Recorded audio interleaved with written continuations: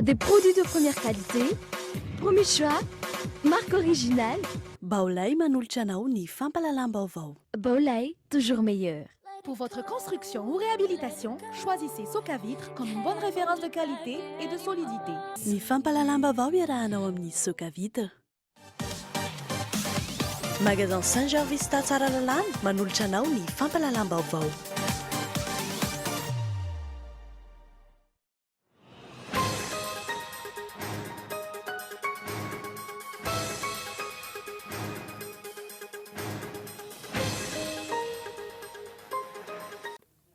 raha toa ka dimy hetsy sy dimy tapitrisa mahery ny fampidiram-bolan'ny komina Mangataboangy tao anatin'ny taona 2014 sy 2015 tsy nampidi-bola tao anatin'ny kitapom-bolan'ny komina na ariary aza ny delege iray ao amin'ny distrika Anambatoa Finandrahana nandritra ny taona 2015 sy 2020 manontolo aotra ariary ny tao amin'ny compte administratif.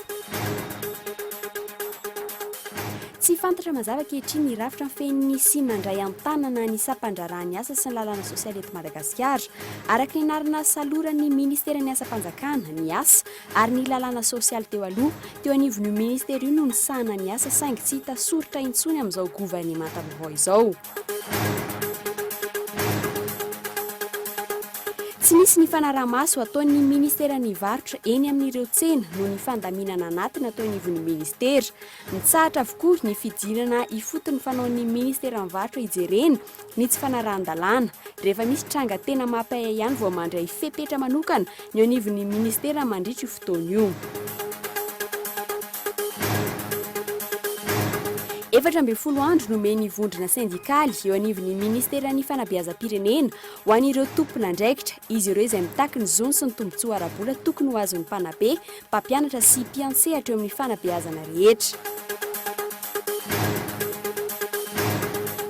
Olona 770 farafakely no namony ay no maly vokatry ny daroka bomba nataony tafiana bakabaka sirianina tamina tsena iray anehoana ny fanoherana ny dinka ametrahana ny fitoniana ny Genève. Ny fametraha-pialan'ny Bachar al-Assad no takin'izy ireo iverenana idinka eo ambony latabatra. Ny antsipriana izay no arainao afaka fotoana fohy.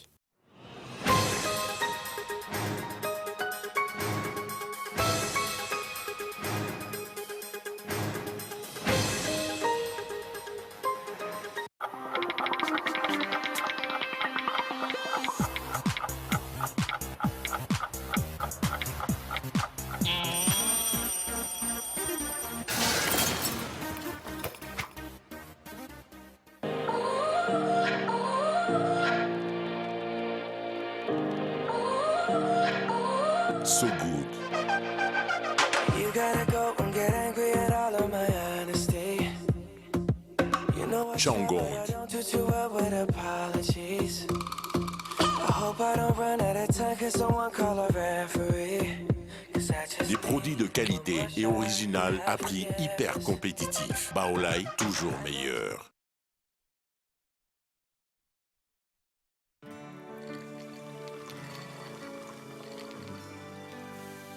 No one can stop me when I taste the feeling. Nothing can ever bring me down. Nothing can ever bring me down.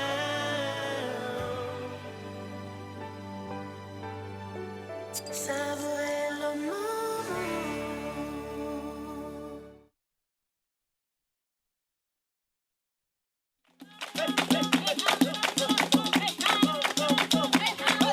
Ireo mpanjaka tetembola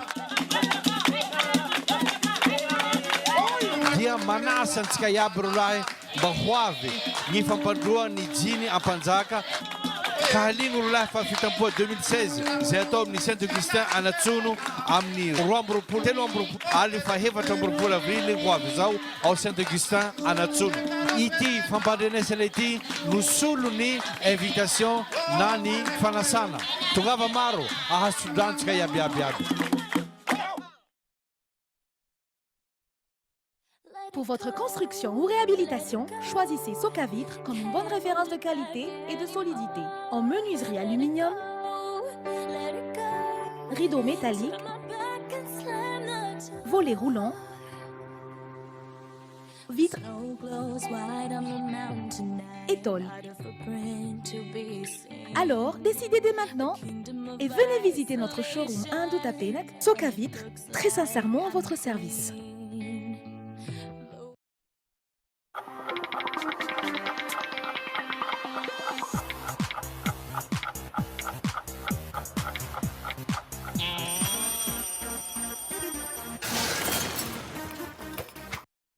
miarahaba tompoko faly tafaraka aminao amin'ny fotoana ny fampalalam-baovao amin'izao hariva izao manasanao mpanajana anaraka izany hatramin'ny farany araka ny fanambara taminao tao anatin'ny lohatenim-baovao tranga mampimetra-pantanina any amin'ny distrika Anambato Finandrana amin'izao fotoana izao dia tsy nampidibola na dia ariary aza tao anatin'ny kitapom-bolan'ny komina Mangataboangy ny delege iray ao amin'ny distrika ety tao anatin'ny taona 2014 tamin'ny taona 2014 anefa vola manodidina ny 5 tapitrisa ariary mahery no niditra tao anatin'ity kitapom-bola ny komina ity. Inona ary no anton'izany?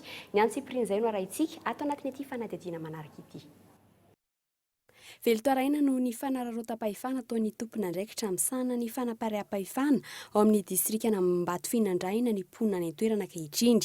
Voatonona amin'izany delege maka ny hetra alaina amin'ny omby raha tokony hisy ny ampahany vola miditra amin'ny fampandroana ny komina. Raha ity tatitra voarainay mpanao gazety ity ny taona 2014 no nandraisan'ilay delege ny asa nanomboka teo tsy nisy niverina tany amin'ny komina ny hetra tokony ho azony, hetra tokony misoratra ao amin'ny compte administratif saingy aotra ariary izany tao anatin'ny taona iray. Mahery ny 5 tapitrisa ariary anefa ny vola miditra amin'ny hetra omby isa-taona alefany amin'ny komina tony tamin'ny taona 2014. Ny fiandohan'ny volana avrily teo no efa nangataka ny fametraha-pialana ity delege ity ny ben'ny tanàna sy ny mponina. Tsy namaly izany anefa treto ny tompon'andraikitra tao Fianaratsoa itoy eny amin'ny Bianco ny fitoriana manaraka. Tranga fanarota-pahefana ataon'ny delege ohatra ny eo amin'ny resaka pasiporon'omby na ny acte de vente na ny FIB dia tsisy vola miditra mihitsy ao anatin'ny komina fa manaraka an'izany ampandoavy ny 500 isan'omby vahoakany aminay nefa io omby io ny zavatra iainan'ny vahoakany velotaraina amin'izany ny olona satria misy olona anankiray manana omby agnaliny, misy olona anankiray manana omby anjatony farafahakeliny dia vola be dia be no alohany amin'izany ka manoloana izay zavatra izay dia mety tsy malisika hanao ny bokin'omby tsony ny olona hitranga ihany ny asan-dahalo any aminay dia miady mafy amin'izany azy izahay. Ary efa miditra koa izao ny delege manao fifindram-olona ohatra olona 10 avy atao tanàna hoe Ambalamefena afindrany aty amin'ny atao hoe Menala fokotanana ny Tokolava angalany 5 isan'omby. Efa mitaraina ihany zay amin'ireo tompon'andraikitra eo amin'ny faritra Moromania milaza foana izy io fa andraikitra nefa moa efa marary loatra ny vahoaka dia Solon-tena-panjakana no mahasamanao izany, maka karazana ristorina sy ny etran'omby nefa ny vola tsy tonga any amin'ny kitapo tokony anaterana azy. Rehefa mandray ny fanapahan-kevitra mifanandrify amin'ny ben'ny tanàna dia misy hatrany ny sakatsakana samihafa tsy hatateraka izany. Ankehitriny tafakatra any amin'ny Bianco ny raharaha. Kasika ny lafiny politika kosa indray dia namaly ny filazana ny anarana tamin'ny fampahalalam-baovao ny Aina Monjery ary ny gazety samihafa ny Prime Ministre lehibe ny gouvernement andrany amin'ny fanodikodinana vola eny anivon'ny komina fa ny sora-potaka no ambarany fa nilazana izany ary tompony ndraiky mpanjakana sy ben'ny tanàna fotony efa nijoro ny amin'ny famarinana ity raharaha ity fanadihadiana vetrany. Entitra ny Prime Ministre androany laza fa lainga sy fa nisora-potaka ny anarana ny filazana fa vola manodidina ny 4.200 miliara ariary no nahodinkodiny tamin'ny fanampiany iromen'ireo komina toy izao ny fanazavany tamin'izany. Afaka manadiady tsika. Ohatra le fomba fitenenana fa hoe nanodikodina vola miliara be da be ny ministre ny antany fizaram-pahefana ny Prime Ministre ankehitriny. Manasa anareo hanadiady anao fanadihadiana misy direction anankiray atao ministère hoe direction du concours financier de l'État. Io no miantoka ny fanaovana tetika asa rehetra sy ny financement eny anivon'ny reny vondrom-paritra tsy rampahefana reny. Izy tena no laza androany fa azony rehetra tao ny manadiady sy mitondra porofon'izany ity trangany seho tany amin'ny komina Ambatomamasina any amin'ny faritany Fianaratsoa ary efa nentina taminao teto amin'ny fampahalalam-baovao.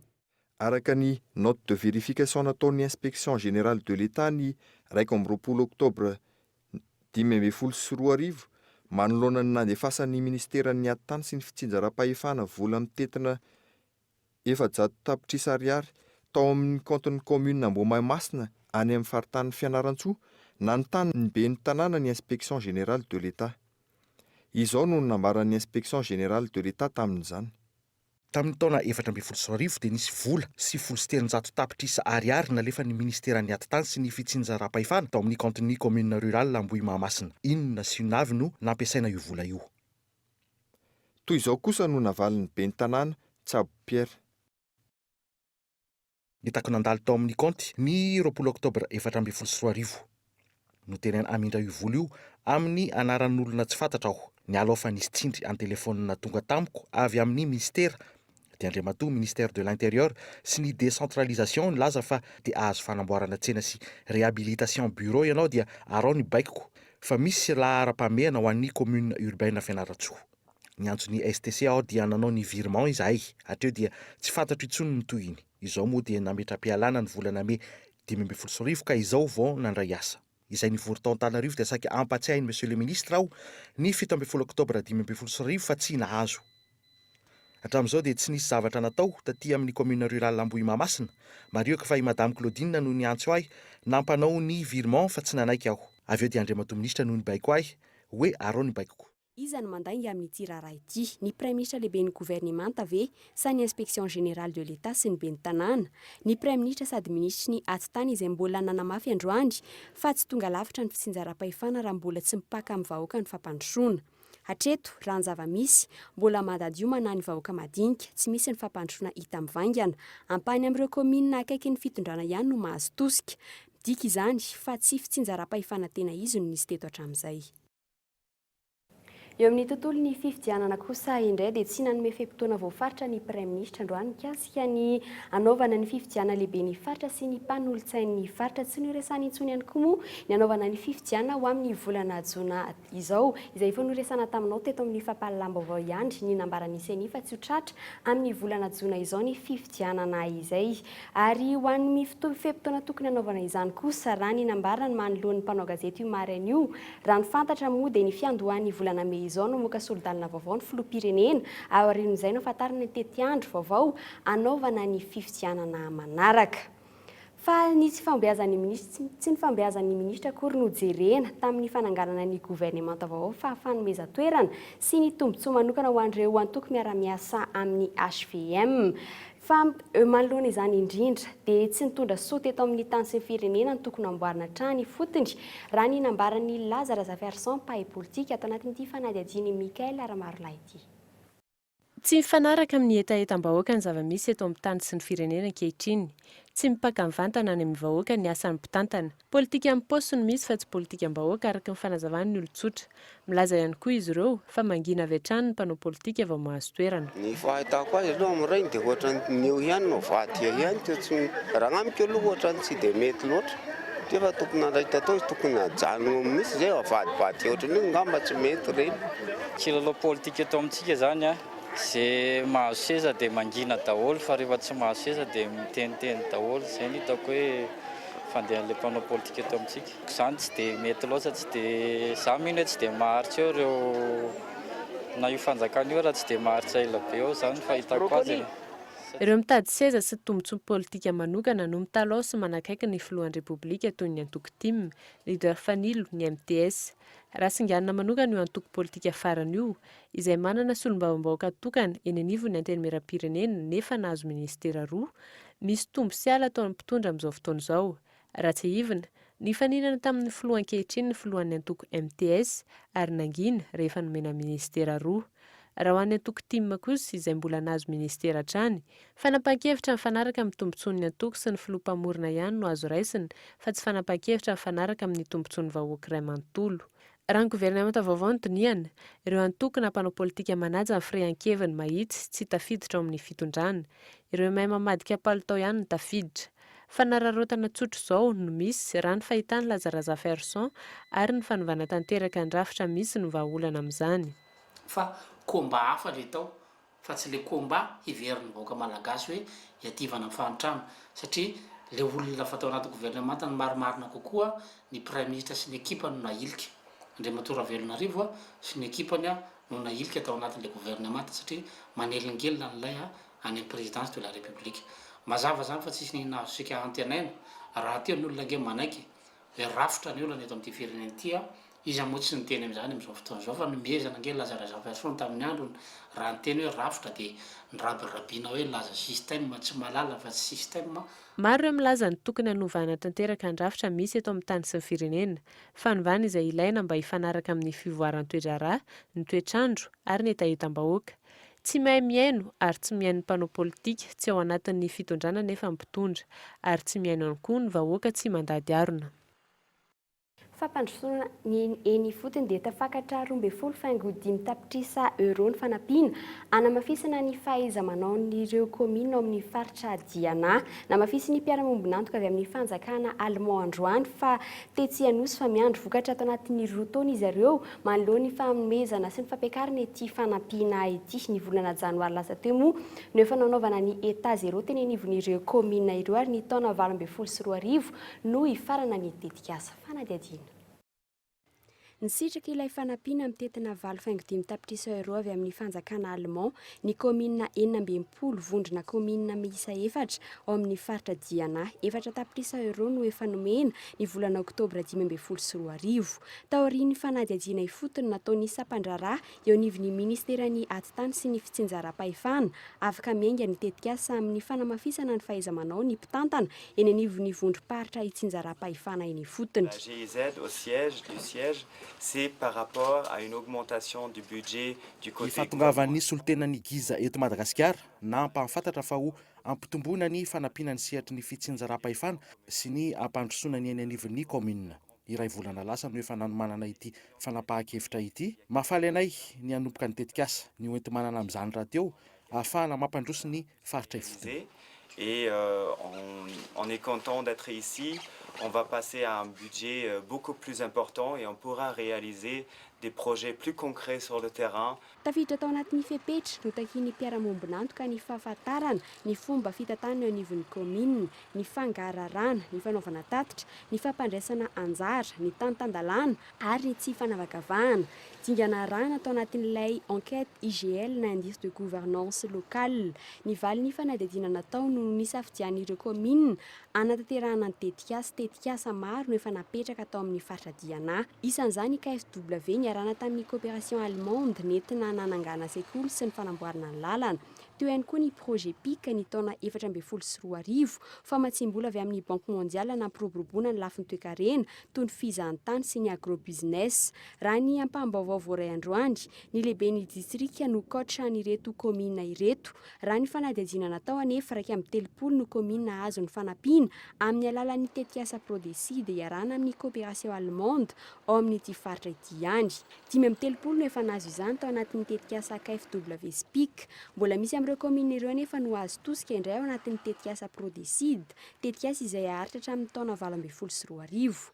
Ahoana ny fomba isafidian'ireo komina azo tombotsoa ho amin'ity tetikasa ity? Ahiny be ny tanàna hatreto no hoe tsy ho isan'ny sitraka ny fanampian'ny komina. Androany nisy ny fandraisan'ny Premier ministre lehiben'ny gouvernemanta sady ministry ny atitandry ny consultant ny fanjakana Allemand tao anosy ny resahana ny fifandraisana eo amin'ny firenena roa toto eo amin'ny lafin'ny fitsinjaram-pahefana. Lafim-baovao ahafantateraka kosa indray dia tsy fantatra mazava ankehitriny ny rafitra mifehy sy mandray an-tanana ny sampandarahan'ny asa sy ny lalàna sosialy eto Madagasikara raha ny fanadihadiana nataona androany araka ny anarana saloran'ny ministeran'ny asa-panjakana sy ny asa sy ny lalàna sosialy teo aloha teo anivon'ny ministera ity no sahana izany. Saingy tsy hita soritra intsony izany amin'izao gouvernemanta misy amin'izao fotoana izao. Mitondra ny fanadihadiana Lili Rabiata.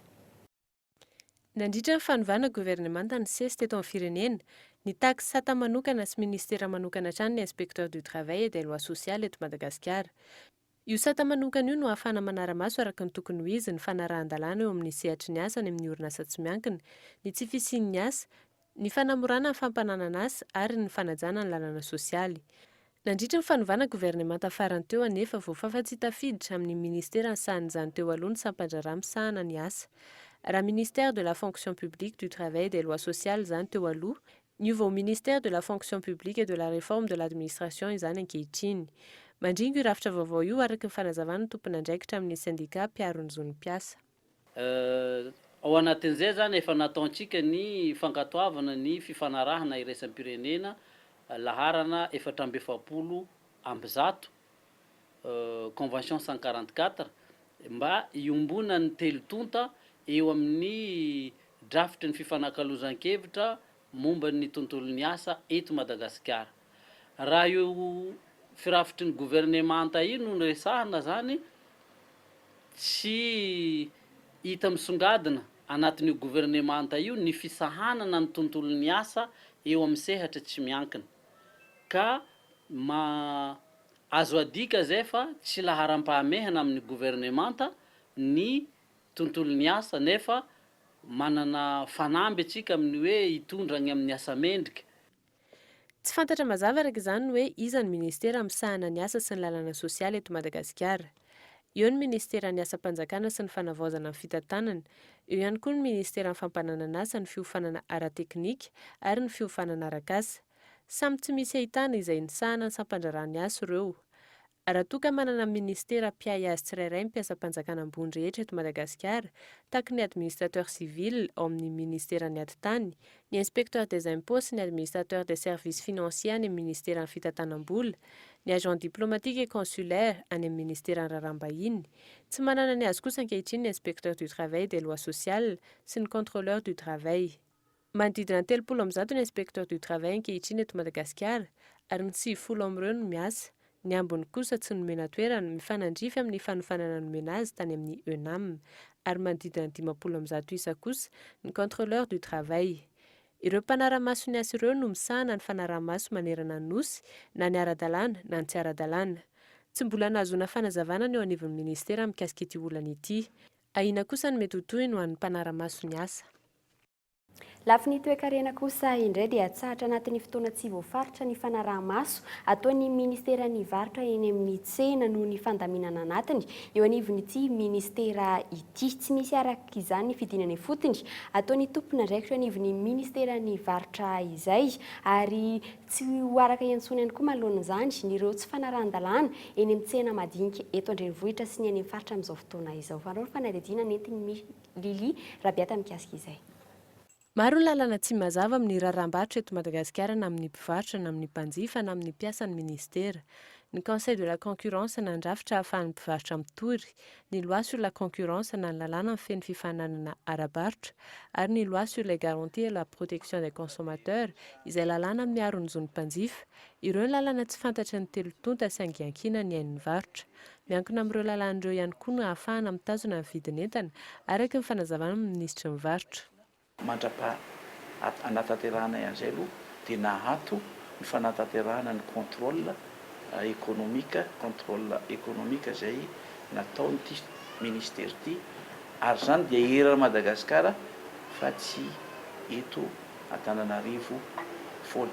Miato io zany aloha mandra-pandaminana an'izany rehetrarehetra zany hoe ny fandaminana atao anatiny fiarah-miasa, fampahafantarana ny procédure satria natao anatiny koa ge betsaka ny tsy mahafantatra ny procédure amin'izao vao miainga izao zany zay foiezaka dia foiezaka dia hampahafantatra ny mpiara-miasa isensibiliser ny opérateur ary hiezaka koa amin'ny alalanareo mpanao gazety hampahafantatra ny mpanjifa ny zava-misy atao amin'ny ministera. Iato mandritra fotoana tsy voafaritra ny fanaraha-maso fanaon'ny ministera ny varotra amin'ny tsena isan-karazany manerana nosy hampahafantarana ireo lalàn'ireo amin'ny voakasika izany. Ny fanaraha-maso izay misy isan'andro teo aloha araka ny fanazavan'ny mpivarotra. Misy foana isan'andro izy tonga ety mikôtrôle ohatsy izy mijery momba ny entana sao dia misy hafahafa dia izay fa ny anay moa ara-dalàna tsara ny entana alainay. Ohatra le tampô dia mila jereny isan'andro koa le carnet fanamariana avy any amin'ny vétérinaire angalana an'le entana. Ohatran'ny resaka facture zany, resaka pataty. Zay zany le izy ny tena marina le toerana mbola tsy azo ivarotana ka mbola tsy afaka manao an'le pataty ngam'izay fa mbola antany tena momba le izy ao amin'ny birao sy ao amin'ny contribution ngamba. Zany le ohatran'ny hoe facture manamarina fa entana ara-dalàna hoe tsisy resaka maloto zany. Ny entana lany daty, ny entana halatra, ny vidin'entana, ny toeram-pivarotana, ireo no isan'ny araha-maso mandritra ny fidinana ny fotony fanao ministera ny varotra. Tsy hisy ireo aso ireo araka ny fanazavan'ny ministra androany. isy ihany ny fidinana tampoka raha misy ny fampitam-baovao voarain'ny tompon'andraikitra. Ahina kosa ankilany ny fehezana ny tsena mandritra io fotoana tsy hisy ny fanaraha-maso io.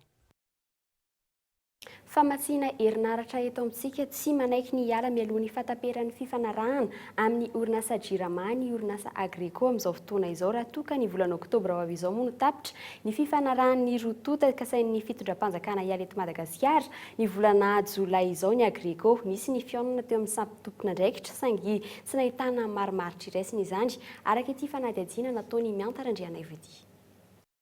Kasainy eo anivon'ny orinasa Jirama atsahatra ny fiaraha-miasan'ity orinasa ity sy ny orinasa Agrico. Nisan'ny taratasy voasin'ny tale jeneralin'ny Jirama Nestor Razafindrorika herinandro vitsy lasa izay nanambara ny fikasany ampitsahatra ny fifanarahana teo amin'ny orinasa Rontonta. Raha toka ny volana oktobra ho avy izao no tapitra ny fanarahan'ny orinasa Agrico sy ny Jirama. Ny volana Jolay izao kosa izy ireo no kasainy eo anivon'ny fitondram-panjakana hiala eto Madagasikara. Tsy manaiky izany anefa ny tompon'andraikitra eo anivon'ny Agrico. Mitaky ny fandoavana tanteraka ny trosa misy eo anivon'ny Jirama ihany koa ity farany. Trosa izay mitentina $1 tamin'ny fiatombohan'ny taona 2014 ary tsy nitsahatra ny tombo hatramin'izao. Mitaky ihany koa io orinasa io ny hanaperany hatramin'ny farany izany hoe hatramin'ny volana oktobra ny fifanarahana. Raha ny loharanom-baovao tsy manambola handoavana io trosa io ny orinasa mpanjakana Jirama. Manoloana io olana io, nisy ny fionan'ny tompon'andraikitra eo anivon'ny Jirama sy I Vincent Bigot, tompon'andraikitra eo anivon'ny Agrico tamin'ny fiandohan'ity volana ity. Samy mitazona ny heviny anefa ny rotonta taorian'ny fionana. Endrasana araka izany ny marimaritra iraisana eo amin'ny rotonta. Raha tsy ahivina, ny orinasa Agrico no mpamatsy fitaovana ny Jirama izay efa teto Madagasikara ny taona 2014. Any amin'ny faritra kosa indray dia nisokatra androany kariera amin'ny komina ambanivohitry Beparasy fikambanana Foko 2014 no manohitra ny fisokafana ity kariera ity. Arao ny fanadihadiana. Tsy mety milamina ny fitrandrana Corendon any amin'ny komina ambanivohitra Beparasy distrika ny Moramanga. Ny farany herinandro teo nidina tanteraka ny kariera. Nampiasa hery ny mpitandro ny filaminana araka ny réquisition spéciale nomeny lehibe ny distrika fa napakevitra andraisana teo anivon'ny OMC. Saingy ny opapany izany fampiasana hery izany ka nisy ny voadarika, nisy ihany koa ny fandrovitana karapanondrom-pirenena. Zany tsy nisy nataona fanena zany amin'ny arabe. Tonga dia bokao zareo tonga dia asolentana. Zotso netana hosavana tonga dia nikapoko ry zalahy. Iza tena nikapoko anio? Nikapoko zareo ato, mikapoko ato ny sanany. Yaho mio be manjotso le mamoaky lentana yareo tonga dia fa mikapoko avao. Vaky amizay ny aty tonga dia vizay zareo vao niala. Olo roe zareo na nikapoko anahy fa yareo maro zareo agny. Tena tsy vato mihitsy zahay. Aina akaiky mbambanimbany ariky. Ny andandreo satroko, savendreo vola tamiko. Vola kely, vola tamiko mbola ny andandreo. Verina ny karera andeha haka an'ity zanako ty, tsy nekendry zalahy fa nidakadakandreo dia nitefitefandreo. Le sefondreo mihitsy ny teny, daroany le ry fa zalahy mbana mandeha ty nefa ny zanako kely ty any tsisy olona tokotra andeha haka anazy ankoatsy commandant de compagnie nitondrandreo io mihitsy ny teny, daroany izy, savendreo mipôsiko. Vola taminaka 150 misy 3 amboniny. Io tsy napodindreo tamiko fa za fa nidaridaroandreo dia za mila ndeha daroandreo vodibasy fa le zanako ihany zany nivondreko tany. Za tsy namaly mihitsy za sefo andeha tsena. Tena tsy namaly andreo mihitsy Ny mampametra-panontaniana amin'ny io raharaha io dia ny fahangina solombavam-bahoaka voafidy tany amin'ny distrika Moramanga izay efa nilaza ny fanohanany ny Fimamata na ny fikambanany malagasy masina ny tanindrazany izay efa nahazo ny récépissé ahafahana mitrandraka Corendon amin'ny komina Beparasy io. Vahaolana lehibe zany anankiray tsy hoentina aminareo ity. Ity fikambanana Fifamata ity izay vondrona ny folo 20 anatin'io. Vahaolana anankiray ngeda be io amahana ny olana. Io zany zatra anankiray hitako lalana anankiray satria fa nanao tatra tamin'ny ministra koa amin'ny mahasolombavam-bahoaka dia tsy maintsy miezaka mitady vahaolana ho an'ny vahoaka. Zany hoe tsisy olona ahilikiliky zany na iza manana ty zao association izay hoentiny eto amintsika eto na iza manana taratasy tsisy afaka ahilikiliky aniza dia tsy maintsy alamina fa dia araky ny code minier moa dia ny maire no manome récépissé ka zay no teny hoentiko ty amintsika manolotra ny vahaolana zay oety am'zareo aty amitsika io am'izao fotoana zao député Randriamahefa Henri Charles no miresaka amitsika eto Mangarivo be Parasy. Rehefa nidina nanomboka ny asabotsy teo ny karieran'ny Beparasy, nisokatra indray io toerana io ankehitriny. Manomboka androany consortium Mamparihy Mazava no mitrandraka io toerana io. Androany nisy ny fombafomba notanterahan'izy ireo ahafahana mitrandraka ao amin'io toerana io, ka nisy ny omby novonoina miaraka amin'ny fokon'olona. Manohitra izany anefa ny fikambanan'ny foko 12 izay milaza ihany koa fa manana taratasy ara-dalàna nefa sakanana tsy avela mitrandraka. Disadisa amin'ny fizarana ny tranon'ny mpianatra eny Ankatso dia manoloan'ny fitokonana nataon'ireo mpianatra mikasika ny fepetra napetraka ho fitantanana ny tranon'ny mpianatra dia tsy lefitra ny tompona andraikitra ary apetra ny lalàna amin'ny rehetra voafetra ihany ohatra eto ny isan'ireo mpianatra zakan'ity foto-drafitrasa vaovao eny toerana ity. Mioramanitra no mitondra izay fanadihadiana izay. Manasafidy malalaka amin'ny mpianatra tsirairay manoloana ireo fepetra rehetra apetraka mikasika ny fitantanana ny tranon'ny mpianatra vaovao eny Ankatso. Fehezany lalàna ny fomba fitantanana ity trano ity ary misy ny rafitra mpanatanteraka izany. Any antotanisa azo hatreto mpianatra miisa 700 no ny alan-daharana tsy hipetraka ao amin'ny tranon'ny mpianatra vaovao no ny antony maro samihafa. Raha ny fantatra nefa mahazaka mpianatra hatramin'ny 800 ity foto-drafitrasa vaovao ity. Noho izany isa lisitra vaovao ivoaka Tsoatsy amenona isa mpianatra hipetraka amin'ity trano vaovao ity. Araka ny antotanisa trano mpianatra manodidina ny 9,000 hatrisy 4 alina no afaka mahazo trano ho an'ny Université Antananarivo manokana. Tsy mitovy ny fomba fitantanana ny tranon'ny mpianatra taloha sy ny tranon'ny mpianatra vaovao. Manazava ny fitantanana ny tranon'ny mpianatra ny Tale eo anivon'ny Croix. Libra zany ny tsirairay anatanteraka sy libra koa ny tsirairay sy vonona anaja an'le mode de gestion an'le trano. Administration zany no mifixé an'le loyer ao anatin'ny trano izay petran'ny mpianatra. Pa-kevitra avy amin'ny filakevim-pitantanany ato amin'ny Croix izay tsy azo ovainana, tsy azo divirana intsony. Raha tsy ahivina ny vola efaina amin'ny ofan'ity tranon'ny mpianatra ity no antony mahatonga ny fifanolalana teo amin'ireo mpianatra sy ny tompona andraikitra. Raha ny fanadihadiany 5,000 ariary isan-taona no tsy maintsy efain'ny mpianatra tsirairay hipetraka amin'ny tranon'ny mpianatra. Raha ny fantatra moa hatreto dia isy ny fiaonana amin'ny tompona andraikitra sy ny solotenan'ny mpianatra atoato andrasana ny akony izay fiaonana eo amin'ny rotota izay. Mbola mikasika any sehatry ny fampianarana izay hatrany dia manana 14 andro ireo tompona andraikitra malina ny fitakiana ataon'ny vondrona sindikaly eo anivon'ny ministeran'ny fanabeazam-pirenena fitakiana ny zo sy ny tombontsoa ny tokony ho azon'ireo mpampianatra sy ny mpanabe ary ireo mpisehatra rehetra amin'ny fanabeazana manerana ny Madagasikara. Fanadihadiana Mioramanitra trany.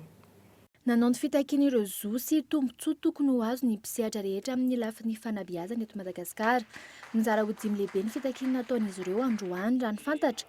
Olana ara-bola no mahatonga ireo vondrona sindikaly ireo hanao izao fitakiana izao. Eo ihany koa ny tsy fitoviany ny fandraisana azy ireo amin'ireo mpiasa-panjakana hafa. Eo amin'ny resaka tampikarama ho an'ireo mpitsara ny fanadina-panjakana ohatra, 4 taona no mbola tsy voaran'izy ireo hatramin'izao. Fitakiana izay apetraka ny anivon'ny ministeran'ny fanabeazam-pirenena, ny antenimeran-dohola sy ny antenimeram-pirenena, ny primature ary ny fiadidinan'ny repoblika. Manomboka ny tola ho an'ireto sindika ireto ary vonona hatramin'ny farany izy ireo. Mitaka ny fandoavana ny vacation CPS BPC izay vary mangatsika 4 taona zao izay. Ary mangataka ny fanefana izany isa-taona isaky ny vita amin'ny fitsarana fanabe. Faharoa, subvention FRAM. Mitaka ny fandoavana ireo subvention FRAM mbola tsy voahefa manerana Madagasikara izay. Nasiteny ihany koa ny fitakiana ny fampiakarana ireo karazana tampikarama ho an'ireo mpampianatra mpiasa-panjakana rehetra. Fonctionnaire, mitaka ny fampiakarana ireto rubrique d'indemnité ireto ho ray hetsariary farafahakeliny amin'ity taona ity. 512 indemnité forfaitaire de résidence, 517 indemnité forfaitaire d'enseignement, 530 indemnité de risque d'éloignement, 532 indemnité de crédit, 570 indemnité de logement. Tsy andefitra ireto ao anatin'ny vondrony sindikaly ny ministeran'ny fanabeazam-pirenena ary tsy emotra amin'ny tolona efa natomboka androany. Namafisin'izy ireo ihany koa ny mahazava-dehibe ny fanabeazana eto Madagasikara. Nolazaina fa ny tsipadolona akantanany mpitondra raha manao ambanin-javatra ny fanabeazana, andrasana ny ho toy ny fitakiana afaka 14 andro. Lafy ny fahasalamana kosa indray malagasy endriky ny fahasalamana tetikasa izay novatsy ny USAID vola ary notatery ny GSI tetikasa miompana indrindra moa amin'ny fampandrosoana ny fahasalamana ifotony izay aharitra 5 taona nanomboka androany moa tamin'ny fomba ofisialy ny fahafantarana ity tetikasa ity. Michel Ranarjon. Faritra enina eto Madagasikara, Menabe, Sava, Diana, Sofia, Melaky ary Boeny no niompana ny tetikasa Maefa malagasy endrika ny fahasalamana. Maefa izay tetikasa niompana indrindra tamin'ny fampandrosoana ny fahasalamana ifotony. Vola manodidina ny 30 tapitrisa dolara no novatsy ny USAID tamin'izany raha toka ny GSI no nantanteraka ny tetikasa.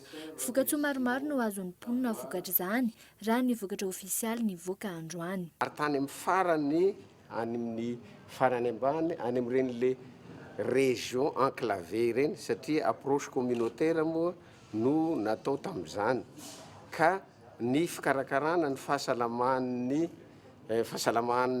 eny ny fiarahamonina zany ary indrindrandrindra koa ny any mikasika ny fahasalamana ny reny sy ny zaza. Zay ny tena zava-dehibe. Mahavelom-bolo zany ny ezaka azo avy tamin'le projet Maefa ka rariny de rariny raha eritreretina ny anoizana ny sy ivelaran'izany amin'ny faritra maro eto Madagasikara. Mpanetana ara-pahasalamana miisa 2.9 voaofana no nanao tantsorika ho fanomezana tolotra ara-pahasalamana fototra ho an'ireo vahoaka ifotony.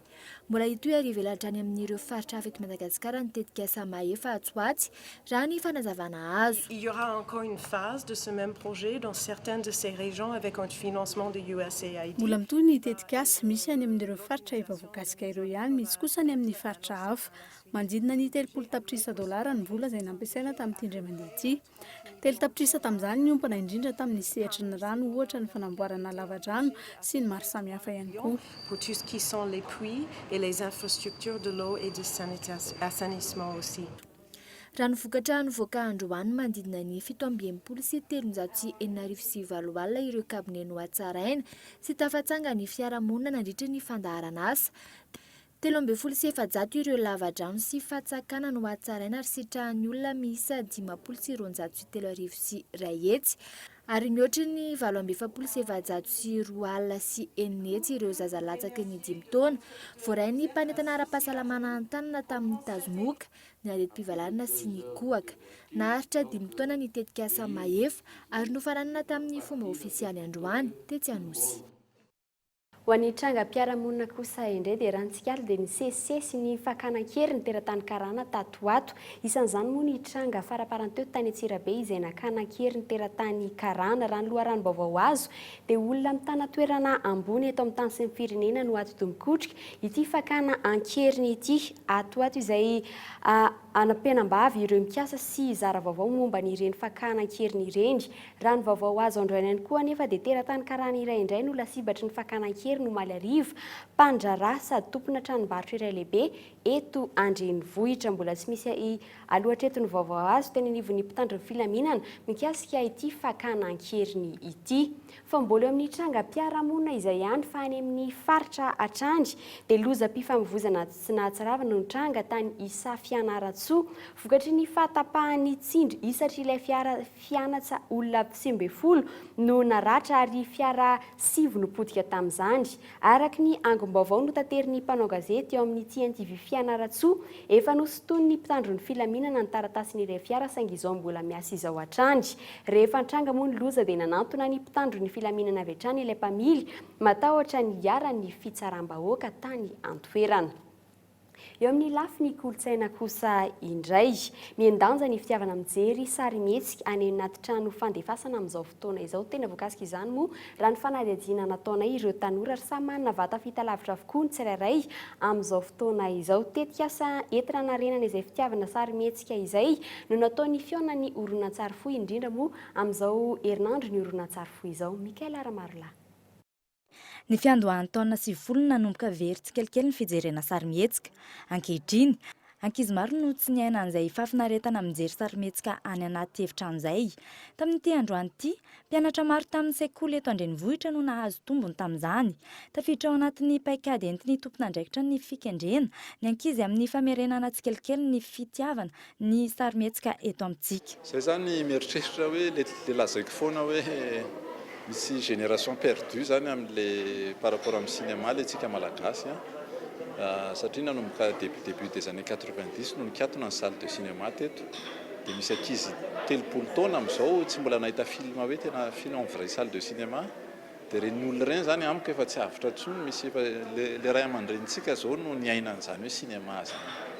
Zara mbola mahita be nostalgique tena nanao palitao zay nandeha nijery cinéma makatsy dia le ankizy tsy nanana an'izay dia ny zavatra ataony amin'izao zany le any amin'ny fototra ny reny ny amboariny le ankizy kely vao afaka mijery sary izy dia vokisana film zany Araka ny fanabeazana ny horonan-tsary izay entin'ny tompon'andraikitry ny RFC dia misy fifantenana manokana mialohan'ny andefasana azy. Ho an'ity androany ity, horonan-tsary best of interfilm avy amin'ny mpiara-miasa amin'ny RFC avy any Berlin no nanatotosa io horonan-tsary io. Araka izay, feno fanabeazana ny horonan-tsary nomena ireo ankizy tonga nijery. Den wundert's, ihr blüht der Flieder gar dreimal. Le film safidina ao tsy izay film tonga io ny alefanay fa safidiko personnellement mihitsy hoe inona no tianao ampitaina amin'ity taona ity ohatra hoe ny fitiavana ny dada sy neny ve no hitrikitrihana kokoa fa najana ray aman-dreny ve no atao dia film mirona makany amin'izay le atao fitiavana mandeha mianatra ve no atao dia film mirona amin'izay fa izy zany généralement film manabe zay zany tsy mieritreritra hoe film mandeha hiady amin'ny dadany le zaza no atao hoe asa tia mamalivaly fa fizy zay le tena hoe éducation zay ny mba hitanay hoe anjara birikinay zany amin'le ankizy. Androany miditra ao anatin'ny andro fahaenina ny RFC, karazana horonan-tsary maro no efa nalefa sy hokasaina alefa. Mitoeram-pitso hatramin'ny asabotsy ho avy izao ny manerana ny Madagasikara ny RFC fa 12. Ho an'ny maresaka iraisam-pirenena any Syria dia olona 770 farafakely no namony aingy tao anatin'ny zera-bomba nataony tafika anabakabaka Siriana tamin'ny tsena iray. Ny fialan'ny Bachar al-Assad moa no takian'izy ireo amin'izany famtinana ary eo amin'ny sarin'ny France 24. Taoriny ny alan'ny mpanohitra Siriana tamin'ny jinika tany Genève ny alatsinainy lasa teo. Zera-bomba no nanohizan'izany omaly tamina tsena roa tao amin'ny faritra avaratra andrefan'ny Syria izay nahafatesan'olona 770 raha kely indrindra. Raha ny fanadihadiana dia ny fialan'ny Bachar al-Assad ao amin'ny fitondrana no takian'izy ireo vao afaka hiverina hijinika amin'ny fametrahana ny fandriampahalemana sy fitoniana ny mpanohitra Siriana. Raha nambarana dia tsy afaka ny tady marimaritra iraisana na hiady hevitra amin'ny zon'ny Siriana sy ny ahafahana mampivoatra azy izy ireo. Ankilan'izay sarotra ho ny fitondrana Siriana ny atongavana amin'ny fametram-pialana ny Bachar al-Assad. Laza ihany koa izy ireo fa ny mpanohitra Siriana no mijoro sakana tsy hataterahan'ny fanelanelanana sy fitadiavana marimaritra iraisana atao any Genève.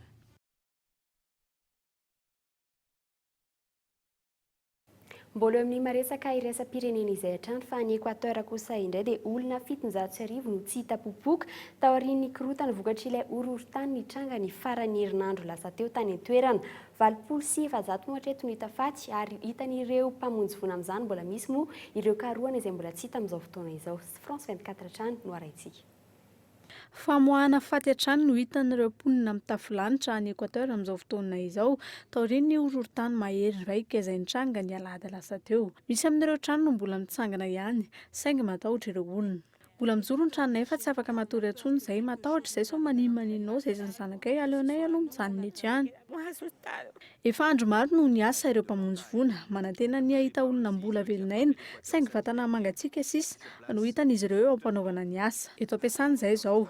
Efa nisy ny fizahana natao teto ary azo eritreretina ny mbola isiany olona velona ao ambany ao. Toa marina ihany anefa ny filazan'ireo mpamonjy voana ohatra amin'izany nahitana ity lehilahy ity izay mbola velona izay efa nitsoka ihany koa tao ambanin'ny trano nandritra ny 27 ora. Tato anatin'ny 420 ora tonga nanatevina ireo mpamonjy voana ekwatoriana izao tontolo izao nanampy ara-pitaovana, ara-tsakafo ary ny fanometanana.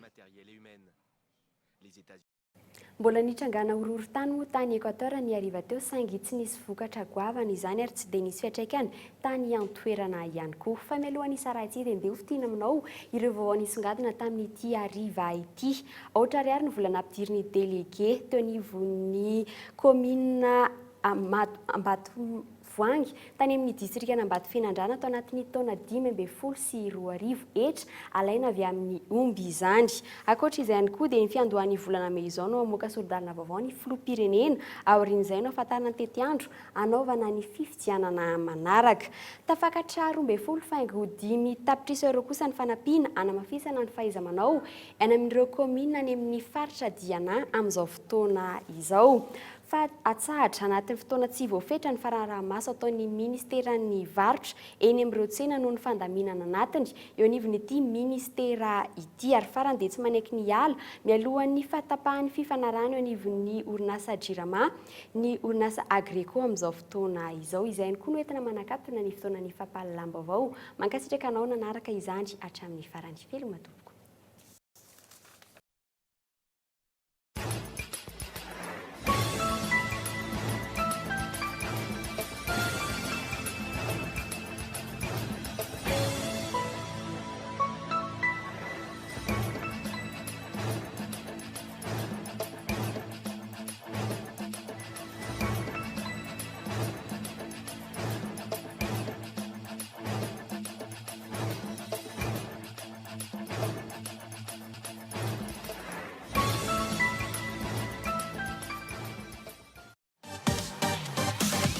Magasin Saint-Georges Vista Tsaralalana nanolotra anao teo ny vaovao.